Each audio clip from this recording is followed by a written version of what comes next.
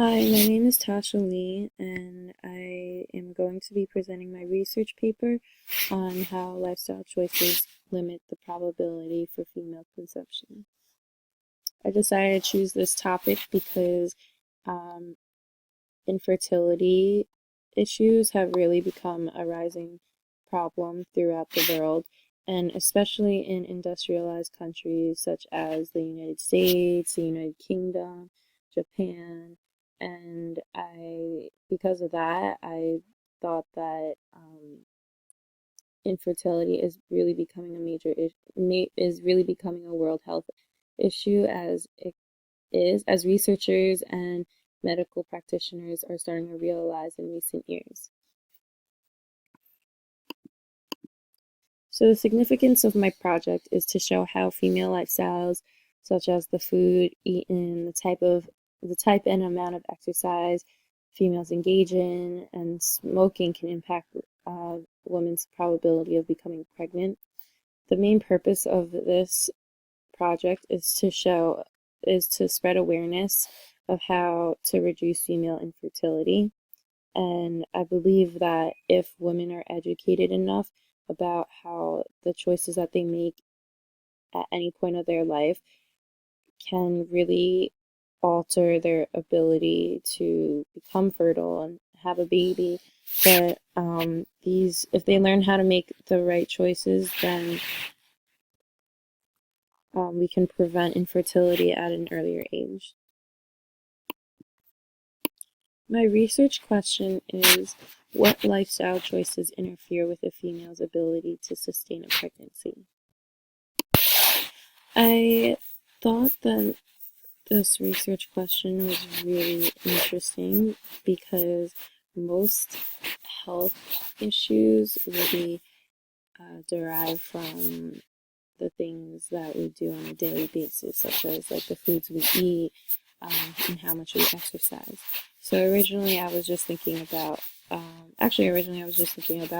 how the foods that we eat really influence the chemical reactions inside our stomachs, which might impair a female's ability to actually form a baby. But I decided to stick with this research question because certain lifestyle choices that I will further discuss have the biggest influence. My theory focuses on how female infertility rates have risen increasingly because of the globalization of Western lifestyles. This lifestyle consists of consuming foods that are high in fats and sugars, engaging in almost little physical activity, and an increased recreational activity such as smoking. The effects of Western lifestyle choices disrupts a female's normal levels of sex hormones, thus inhibiting her ability to allow a fertilized embryo to implant in her uterus. Throughout my research paper, I've used multiple case studies, but I based most of my paper on some case studies conducted by Nazni, Shavara et al., and Sharma et al.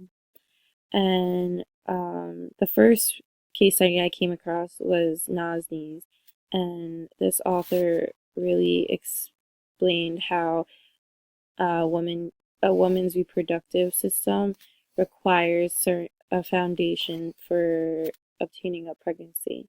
And by foundation, I mean a specific amount and type of nourishment, which means that females need a balance in nutrient and vitamin consumption, um, specifically being vitamin B12, iron, and folic acid. Um, they also need a balance in exercise regimen, which means like the right physical activity level, which means intent. That means like the intensity which someone exercises at and how often they exercise. And another component of foundational elements would be a balance in body weight. most Westerners tend to either follow a diet plan where they lose too much weight, so they're losing weight in an unhealthy way. So that means that their diet is high in fibers, low in fats.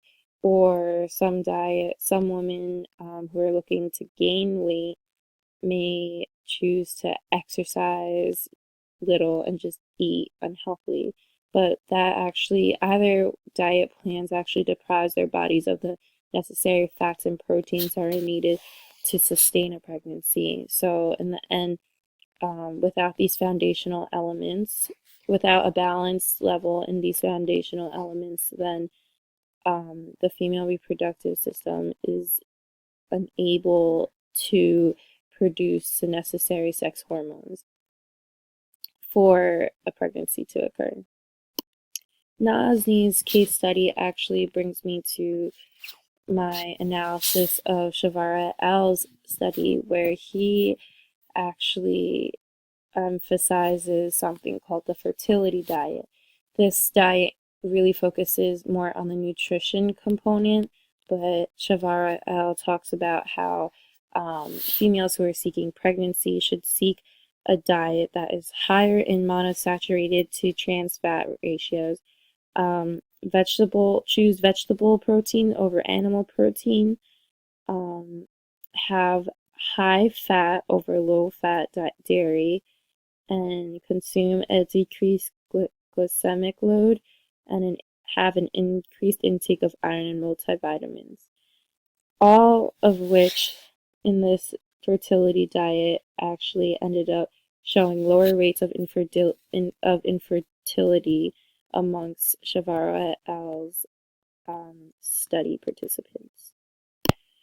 Shavara et al.'s recommended fertility diet studies how certain foods stimulate further production of female sex hormones, and also how foods that typical foods are in the Western diet, such as like I said before, foods that are high in fat and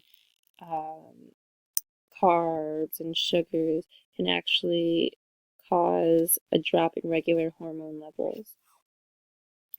These specific hormones that we're looking at are estrogen production, progesterone production, and GnRH.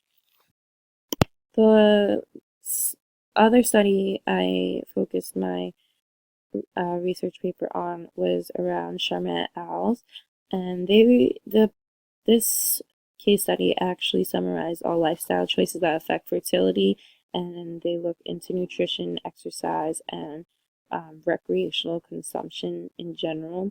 But so they covered a lot of topics, but I mostly use certain parts of Sharma et al. Study to support how female needs a balanced amount of exercise, or a balanced amount of exercise, because Sharma et al. Actually describes how if without a balance of energy intake and energy demanded, then it actually disrupts hormone production needed for fertilization.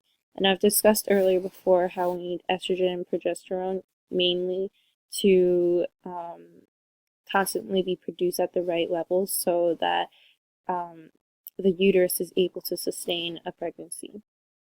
But and Sharma et al. Goes into further discussion about this, and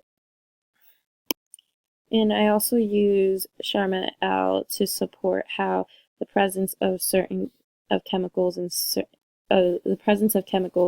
in smoking certain substances actually impairs the transportation of a fertilized embryo, which actually is the reason behind extended times towards pregnancy, or defected pregnancies.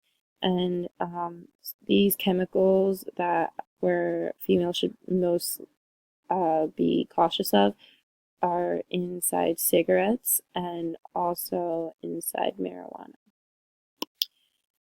When I originally started this hypothesis, I thought that my original hypothesis was that the American diet, which is high in fats, sugars, and carbs, causes health problems. And because there's a presence of health problems in a person, obviously a female, it actually it's like the rise in the number of health problems that the female has to deal with that interferes with her ability to conceive. Not that there are foundational elements that contribute to her fertility level. But after I did more research, I realized that it's actually an imbalance of nutrition, exercise, and recreational consumption activity that interferes with a female's reproductive hormones to allow fertilization. Um, Next, the other research problem I encountered is that I didn't really have much information on how smoking other street drugs or other substances out there can impact female reproductivity because most of these street drugs are illegal. There aren't many studies that are done on smoking other substances because there's not enough like funding. In conclusion of my research paper, I think that the cause of female infertility can be pointed at an imbalance of nutrient consumption, exercise, and recreational smoking. A change in the recommended amount allocated to these activities cause disruptions in the regular amount of sex hormone reproduction, and females can prevent their inability to conceive by making wiser lifestyle choices in these three categories at an earlier age. And that is it. Thank you for listening.